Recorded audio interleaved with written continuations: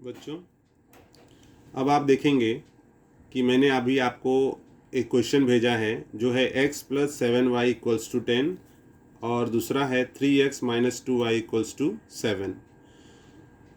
इसके पहले जो भी आप समीकरण देखे हो तो उसमें कोई न कोई जो चरांक होते थे उनके जो पद हैं वो समान होते थे, लेकिन यहाँ आप देखोगे इसमें जो हमारा पहला समीकरण है x plus 7y equals to 10, ये हमारा समीकरण नंबर 1, और दूसरा है 3x minus 2y equals to 7, समीकरण नंबर 2, 1 और 2। अब इसमें आप ध्यान से देखोगे कि जो समीकरण में चरांक है x, तो यहाँ पर सिर्फ x है और यहाँ 3x है, तो ये तो समान नहीं है। यहाँ पर है 7y और यहाँ पर 2y, ये भी समान नहीं है। जबकि नियम ये है कि दोनों में से किसी भी एक चरांक का जो पद है वो समान होना चाहिए। तो यहाँ पर अभी आप देखो कि दोनों चरांकों में कोई पद समान नहीं है। तो अब हम इसमें क्या करेंगे, अगर पद को समान करना है तो हम यहाँ पर देखते हैं कि यहाँ 3x है। अगर मैं 3 से इसमें गुणा कर दूँ पहले समीकरण में, तो ये 3x और 3x समान हो जाएंगे। तो हम बच्चों क्या करने वाले हैं कि जो हमारा पहला इक्वेशन है इसमें हम 3 से गुणा कर देते हैं। तो गुणा करेंगे तो क्या मिलेगा हमें, 3x, 3 सते 21 और 3 दहा में 30। गुणा करने से फ़ायदा क्या हुआ कि यहाँ भी 3x है और यहाँ भी 3x है, तो दोनों के जो चर हैं वो समान पद हो जाएंगे। ऐसा नहीं कि सिर्फ हम x वाले को ही समान कर सकते हैं, करने के लिए आप y वाले को भी कर सकते हो, लेकिन इसमें आपको 2 बार करना होगा। कैसे, जैसे मान लीजिए 2 का गुणा करते हैं हम समीकरण नंबर 1 में, तो यहाँ हो जाएगा 2x, यहाँ हो जाएगा 2 सते 14, 2 दहा में 20। तो यहाँ पे 2 सते 14 मतलब ये 14y हो गया और ये 2y है। तो फिर हमें क्या करना होगा, 7 का गुणा हमें समीकरण नंबर 2 में करना होगा। तो 7 त्रिक 21, 7 दूनी 14, 7 सते 49। तो इसमें हम देखेंगे कि 7y जो था वो 14y हो जाएगा और जो 2y है वो भी 14y हो जाएगा। और चूंकि इनके जो चिन्ह हैं वो विपरीत हैं, तो सीधे हम यहाँ पर जोड़ने पर हम ये कैंसिल करके x का मान हम प्राप्त कर सकते हैं। तो ये 2 बार गुणा करने से अच्छा है कि 1 बार वाला ही हम करते हैं। तो हम इसमें क्या करने वाले हैं कि समीकरण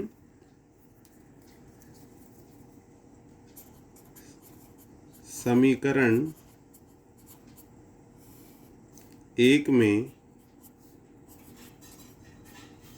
3 से गुणा करने पर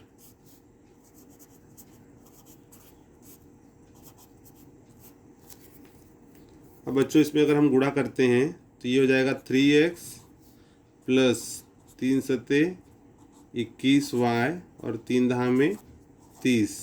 ये हो जाएगा हमारा समीकरण नंबर 3, और इसको हम ऐसे रखते हैं, 3 हो गया। तो अब आप देखोगे 3x और 3x सेम हो गया।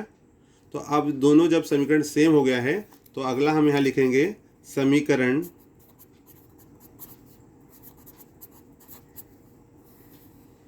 दो में से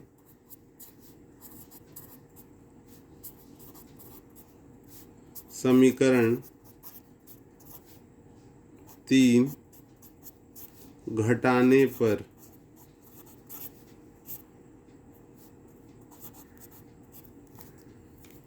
तो समीकरण 2 में से हम 3 घटा रहे हैं, तो सबसे पहले हम 2 लिख लेंगे। समीकरण नंबर 2 है 3x minus 2y equals to 7, और यहाँ है 3x plus 21y equals to 30।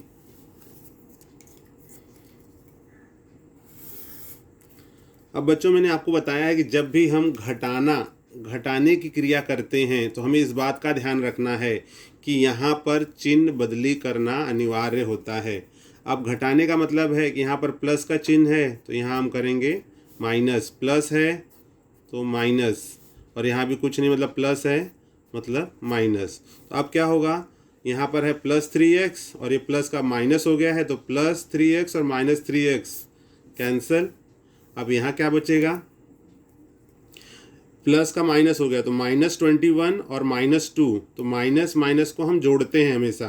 तो ये 21 और 2 23, ये हो जाएगा -23y इक्वल्स टू, अब यहाँ 7 है और यहाँ -30 है।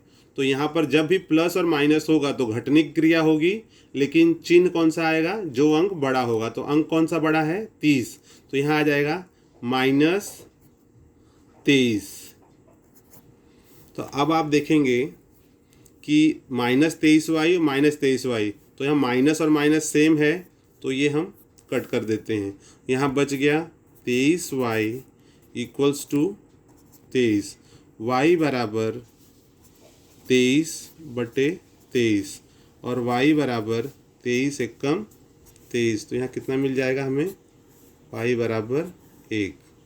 अब y बराबर 1 जो हमें मिला है, इसे हम y बराबर 1 समीकरण 1 में रखने पर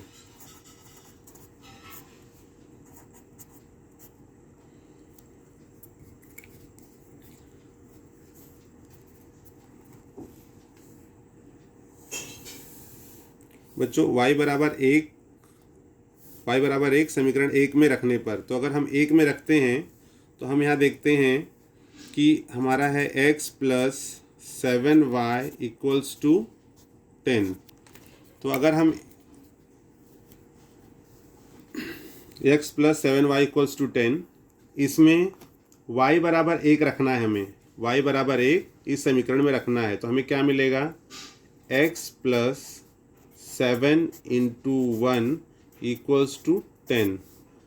इसलिए x प्लस 7 1 जा 7 इक्वल्स टू 10, इसलिए x बराबर 10 माइनस 7, इसलिए x बराबर 3। तो आपको मिल गया x बराबर 3। तो x बराबर 3 जो है वह इस समीकरण में y बराबर 1 है, x बराबर 3 है। तो इस समीकरण का जो हल है xy बराबर x का मान 3 और y का मान 1, यह युगपत समीकरण